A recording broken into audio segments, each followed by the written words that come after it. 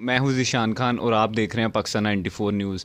नाजरीन, इस वक्त हमारे साथ मौजूद हैं तहरीक पाकिस्तान तहरीक लब्बैक के मरकज़ी रहनुमा हाफिज़ यासिर साहब। इस वक्त हम NA 75 में मौजूद हैं। 19 फरवरी को जो इलेक्शन हुआ था NA 75 में, उसके बारे में हम थोड़ी सी इनसे बातचीत करेंगे। अस्सलाम वालेकुम। वालेकुम सलाम। अच्छा सर, सबसे पहले थोड़ी सी रोशनी डाल दें ये जो इलेक्शन हुआ है इसके बारे में। बिस्मिल्लाहिर्रहमानिर्रहीम। सबसे पहले तो मैं आपका शुक्रिया अदा करता हूँ, आप तशरीफ़ लाए, ये आपकी मेहरबानी। जो 19 फरवरी को NA 75 का जो इलेक्शन हुआ, अल्हम्दुलिल्लाह हमारी जो पोजीशन थी बड़ी ठीक थी। लेकिन हमारा जो एक ओपिनियन है इस इलेक्शन के बारे में वो बिल्कुल वाज़ेह, और जो हम जो अपना नैरेटिव देते रहे कौम को, उसके बारे में भी आप लोगों ने भी देखा, पूरी कौम ने देखा। ये इलेक्शन नहीं था, ये बदमाशी थी। देखें कि यही तो हम कौम को समझाना चाहते हैं कि इन लोगों की जो सियासत है वो अंग्रेज़ की तरह है, यानी गोली बंदूक दांस दौंदली और इस तरह के मामलात करके ये इलेक्शन करवाते हैं। और इनका तरीक़ाकार ये है। अब देखें कि जिनके वो नौजवान फौत हो चुके हैं, बच्चे जिनका भाई था, जिनका बेटा था, उनसे पूछें कि ये इलेक्शन क्या है, और इनसे पूछें तो ये सियासत कर रहे हैं। एक एक पकड़ा हुआ आदमी, वो कहते हैं हमारा मर गया, वो कहते हैं हमारा मर गया। लेकिन हमारी जो जमात है, हम दोनों के घर गए हैं। हमने ये सोचा है कि ये सबसे पहले मुसलमान हैं, उसके बाद ये पाकिस्तानी हैं। इनकी जो सियासत है, हम जो पहले दिन से ये कहते आ रहे हैं कि इन्होंने तबकात के अंदर तकसीम कर दिया है सियासत को। इन्होंने जो हमारे पाकिस्तान बनाने का जो नज़रिया था और सियासत का जो नज़रिया था उसको चेंज कर दिया है, अपनी अपनी जमातों तक महदूद कर दिया है। लोगों को कत्ल करके बाद में एक को पकड़ लेते हैं, ये कहते हैं हमारी जमात का मरा है, ये दूसरा पकड़ लेता है, वो कहते हैं हमारी जमात का मरा हुआ है। लेकिन हम ये कहते हैं, और ये कौम को भी हम ये कहना चाहते हैं कि ये इस किस्म की सियासत बिल्कुल अब चलने नहीं लगी और ना इंशाल्लाह चलेगी। और ये जो इन्होंने 19 फरवरी को जो भी किया है, ये बिल्कुल इलेक्शन नहीं था। ये इसको ये समझ लीजिए कि सादे लफ्ज़ों में कह लें, ये दहशतगर्दी कह लें या धांधली कह लेंगे, जो भी लफ्ज़ बोल लें, ये हुआ है 19 फरवरी को। अच्छा सर, जैसे पाकिस्तान मुस्लिम लीग नून का स्टांस था कि धांधली को वो इसको लेके इलेक्शन कमीशन भी गया, आपकी पार्टी का क्या मौक़िफ़ था इस इलेक्शन पे? आप भी शिकायत लेके गए इलेक्शन कमीशन में? जी, हम 2 मरतबा गए थे इलेक्शन कमीशन, RO के पास भी गए थे। लेकिन वो सूरत हाल जिस तरह आप ये समझ लें कि वहाँ जब हम गए तो हमें जाते ही उन्होंने ये कहा कि जनाब आपका जो भी शिकायत होगी हम वो पूरी करेंगे, हम ये करेंगे, हम बैठे इसलिए हैं। लेकिन 2 मरतबा जाने के बावजूद भी हमारी जो दरख्वास्त हमने जो जमा भी करवाई थी उसके ऊपर कोई भी एक्शन नहीं लिया गया। यही तो हम कहते हैं कि जब अदारे गैर जानबदार होंगे तो पाकिस्तान में फिर सियासत बेहतर होगी। लेकिन अगर ये होगा कि एक तरफ पैसे वाला है, एक तरफ बंदूक वाला है, एक तरफ गोली वाला है, उसकी अगर सुनी जाएगी तो फिर ये ना तो इलेक्शन हो सकते हैं और ना ही ये सियासत हो सकती है। आपकी पार्टी का भी ये स्टांस था कि इलेक्शन दोबारा होना चाहिए? हमने तो सबसे पहले ये कहा था कि ये जो इलेक्शन हो रहा है, उसी दिन हमने ये कह दिया था ये इलेक्शन नहीं हो रहा, ये दोबारा होना चाहिए। तो उसी दिन हमारे जो कोऑर्डिनेटर बनाए गए थे इंजीनियर वहाब साकिब साहब, उन्होंने कह दिया था ये दोबारा इलेक्शन हो। ये देखें कि हमारे जुम्मे का दिन था, ये इससे बड़ी और धांधली क्या हो सकती है कि जो ही हमारे वोटर के निकलने का वक्त आया जुम्मे के बाद, कुछ तो हमारे वो जुम्मे से पहले हुए थे, बाज़ बेशुमार ऐसे थे जिन्होंने जुम्मा भी पढ़ना था। जुम्मे के बाद जो ही निकलने का वक्त आया तो इन्होंने गोली चलानी शुरू कर दी हमारे मरकज़ी इलेक्शन हॉल के बाहर। और हमारी तहरीक लब्बैक के जो सरपरस्त आला ज़िला सियालकोट के अल्लामा फजल हक साहब, उनके ऊपर भी फायरिंग की गई। इस तरह करके इन्होंने पोलिंग स्टेशन ही बंद करवा दिए। अगर ये फ्री एंड फेयर इलेक्शन होता तो इंशाल्लाह हमें पूरी उम्मीद थी कि यहाँ से, क्योंकि जिस तरह की लोग हमें मोहब्बत दे रहे थे, ये देखे कि ये तो पैसे दे के जलसे करवा रहे थे। और मैंने खुद जलसों में जाकर देखा कि एक एक दिन में हमने 11-11 जलसे किए हैं। ये लोगों की मोहब्बत थी। और जिस तरह लोगों का एक ये उधर से लोग ले आते थे, कभी किसी जगह से सियालकोट से समड़िया से लोग इकट्ठे करके लाते थे।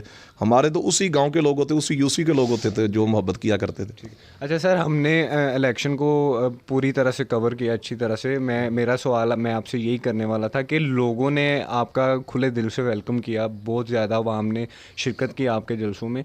लेकिन इलेक्शन वाले दिन ऐसी कोई चीज़ नज़र नहीं आई। इवन के 2 ही पार्टीज़ की बातचीत अभी तक इंटरनेशनल मीडिया पे, सोशल मीडिया पे चल रही है, नून लीग और PTI। आपकी जमात को क्यों इग्नोर किया जाता है? अगर सही बात ये की जाए तो पाकिस्तान में जो पाकिस्तान के हक़ की सही तरीके से बात करता है उसको सुनाया ही नहीं जाता। जो पाकिस्तान के नज़रिए की बात करता है उसको सुनाया ही नहीं जाता। अब ये देखें कि किन को सुनाया जा रहा है। नवाज शरीफ की बात हो रही है जी जिसने मुल्क लूटा, 50 रुपये का स्टाम्प दिया और बाहर चला गया। जी जरदारी की बात हो रही है जिसने वो टिकट बेचने से लेकर अब वो मुल्क का सदर बन गया, उसकी बात हो रही है। इनमें से एक भी ऐसा नहीं जो मुल्क का खैर खा हो। ये ब्रॉड शीट लगा लें या स्विस बैंक लगा लें या बाकी चीज़ें लगा लें, जो सारे केस आ रहे हैं एक दूसरे को ये चोर चोर कह रहे हैं। हम ये कहते हैं कि जो पाकिस्तान के लिए हकीकी तौर पर उसकी सालमियत की बात करता है उसको खुड्डे लाइन लगाया जा रहा है, और जो नुकसान पहुंचाने की बातें करता है, जिस तरह ये देख लें फैटफ का मामला है, जी तो वहाँ उन्होंने बाकायदा तौर पर ये रिमार्क्स दिए हैं कि नवाज शरीफ ने ये बात कही थी, यानी ये मुल्क को नुकसान पहुंचाने वाली बात। और जब इन्होंने जलसों पर जो बातें की, यही तो सबसे बड़ा मसला चला जा रहा है पाकिस्तान में कि जो पाकिस्तान को नुकसान पहुंचाने की बात करता है उसको दिखाया जा रहा है। क्योंकि ये पाकिस्तान को जो सियासत है उसको आप बेहतरीन तरीके से समझते हैं, अगर पाकिस्तान के अंदर से चलाया जाए तो पाकिस्तान को नुकसान नहीं, ये बाहर से टैकल किया जा रहा है। ऐसे ही।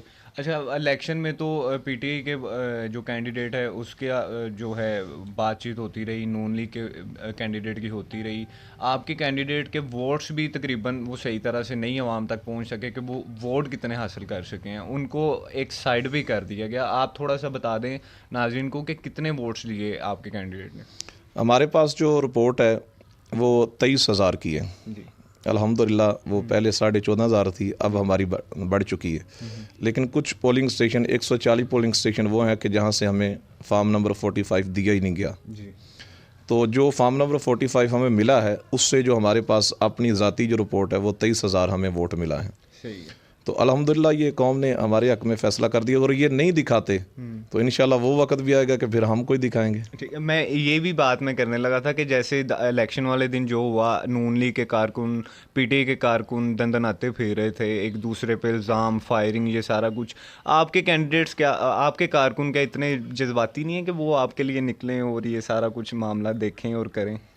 हमारे कारकुन जज्बाती तो हैं, लेकिन इस तरह के जज्बाती नहीं है कि बंदूक उठा लें, गोली चला दें, एक दूसरे को मार दें। हमारे अमीरुल मुजाहिदीन अल्लामा हाफिज़ कादम हुसैन रिज़वी रहमतुल्लाह ताला ने हमको ये सिखाया ही नहीं था। एक वोट की खातर आप किसी को गोली मारें, एक वोट की खातर आप बंदूक उठा लें, या इस मकसद के लिए हमें ये बताया गया है कि जब पाकिस्तान की सालमियत पर हमला हो तो फिर उसके लिए आवाज़ उठानी चाहिए। बिल्कुल। और अगर हजूर की इज़्ज़त और नमूस और इस्लाम पे हमला हो तो उस पर आवाज़ उठानी चाहिए, और लीगल तरीके से उठानी चाहिए, इस तरह नहीं उठानी चाहिए। हमारे कारकुन सबसे ज़्यादा जज्बाती हैं, लेकिन अभी तक जितने भी हमारे धरने भी हैं या जो हमारे मामलात हुए हैं, आज दिन तक एक पत्ता भी हमारे कारकुनों ने नहीं तोड़ा। यही हम कौम को भी बताना चाहते हैं कि असल सियासत यही है कि देखिए, आप कायद-ए-आज़म रहमतुल्लाह अलैह को देख लें कि पूरी सियासत की पाकिस्तान बना लिया, लेकिन एक मरतबा बंदूक नहीं उठाई, एक मरतबा तलवार नहीं उठाई, या कोई ऐसा काम नहीं किया, लेकिन जद्दोजहद की है और कामयाबी हासिल की है। और इनकी जो सियासत है, जो हम असल में बताना चाहते हैं, कौम को जो बताना चाहते हैं और हम जो मैसेज देना चाहते हैं, वो यही है कि इनकी सियासत अंग्रेज़ वाली है, अंग्रेज़ के ये एजेंट हैं, उन्हीं के ये लाए हुए लोग हैं, तो उसी तरह सियासत करेंगे जिस तरह के इनके मालिक हैं।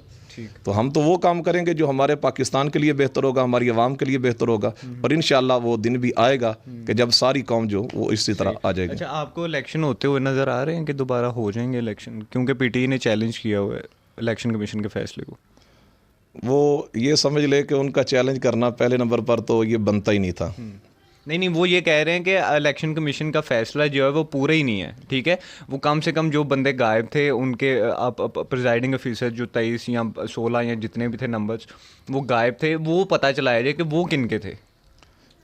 असल में ये बात है कि मीठा मीठा हप हप, कड़वा कड़वा थू, ये इनके लिए सिंपल सी बात, ये दोनों जमातों के लिए, चाहे वो नून लीग हो चाहे वो पीटीआई हो। तो अगर ये चले गए हैं, अब भी अगर इलेक्शन होता है तो हम इतने होपफुल हैं कि इंशाल्लाह अब से बेहतर जो हमारा जो रिज़ल्ट है, जो जिस तरह इन्होंने किया उससे बेहतर हमारी तैयारी भी होगी। और हम तो ये चाहते हैं कि 18 मार्च को ये हो, तो फिर देखें कौम किसको साथ देती है। अच्छा, ये खबरें बड़ी सुनने में मिल रही हैं कि तहरीक लब्बैक ने जो है वो नून लीग की हमायत कर दी है इलेक्शन में, और वो अब उनको सपोर्ट करेंगे, उनको उनके लिए वोट मांगेंगे। सच है ये तो दोनों एक ड्रामा रचा रहे हैं। वो कहते हैं कि हमारा क्योंकि मुआहदा हो गया था तो लिहाजा ये तहरीक लब्बैक हमारे साथ है, नून लीग वाले कहते हैं कि हमारे साथ है। लेकिन ये एक बात आपको माननी पड़ेगी कि अब ये लोग मजबूर हो रहे हैं हमारा नाम लेने पर, बिल्कुल ऐसे। और ये चाहते हैं किसी तरीके से, लेकिन हमारा बिल्कुल क्लियर फैसला है कि हमारा किसी के साथ कोई भी इत्तेहाद नहीं, और ना ही हमने इन लोगों से इत्तेहाद करना है। ये शुरू से दो नंबरियाँ करते हुए और दो नंबरी रंगबाजियाँ करते हुए देखिए, अब कौम ने जो हमारा साथ दिया वो इसलिए दिया था कि इन्होंने हमेशा वो गली नाली गैस बिजली का झूठा वादा किया और झूठ बोलकर ये सियासत करते रहे।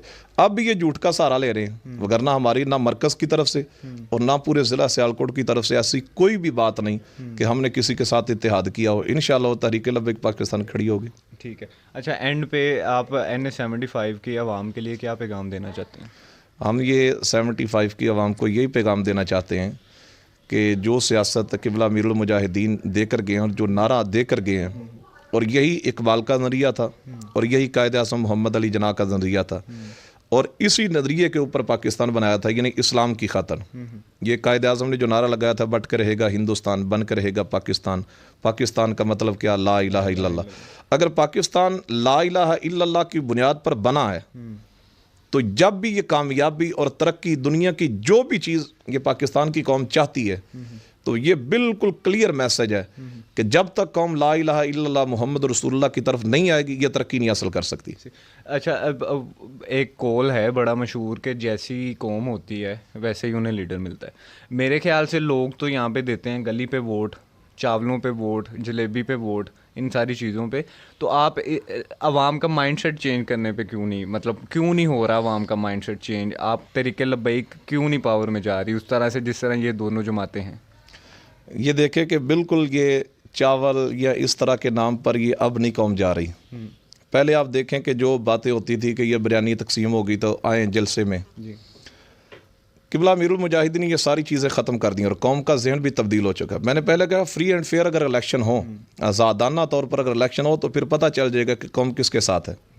यानी आप NA-75 में देख लें, अगर सही तरीके से इलेक्शन होता तो ये बिल्कुल क्लियर था, और ये खुद दोनों अंदर से ये बातें कर रहे थे। अगर हमें टफ टाइम को जमात दे सकती है तो तहरीक लब्बैक पाकिस्तान है। तो ये जो अब बिल्कुल कौम जान चुकी है कि ये वही बिरयानी होती है जो हमारी बिजली गैस के नाम पर ये डाका मार का अपनी जेबों में डाल लेते हैं। ये वही होती है, वो जलेबियाँ होती हैं जो हमारे पैसों से बनी होती हैं। अब बिल्कुल कौम बेदार हो चुकी है। अगर आज भी फ्री एंड फेयर इलेक्शन हो तो इंशाल्लाह तहरीक लब्बैक पाकिस्तान जीतेगी। क्या देख रहे हैं रिजल्ट? अब दोबारा अगर इलेक्शन होते हैं तो क्या वोट्स में इजाफा होगा या कमी होगी? अब तो जिस तरह इन्होंने खौफ पैदा कर दिया ना, तो यकीन जाने हमसे जो लोग मिलते हैं वो कहते हैं कि हम तो भूले हुए थे। इंशाल्लाह अब वक्त आने दें, इनको हम वोट की ताकत से बता देंगे कि हकीकी सियासत क्या है। तो जो इन्होंने इस इलेक्शन में किया, तो कौम के अंदर ये शऊर आ चुका है कि गोली और बंदूक की सियासत कौन करता है और अमन और सलामती की सियासत कौन कर रहा है। और हमसे लोग अब वादा भी कर रहे हैं और बिल्कुल स्ट्रेट फॉरवर्ड वो कह रहे हैं कि अब के बाद हमने किसी और को नहीं आजमाना, आप लोगों को ही वोट दिया जाए।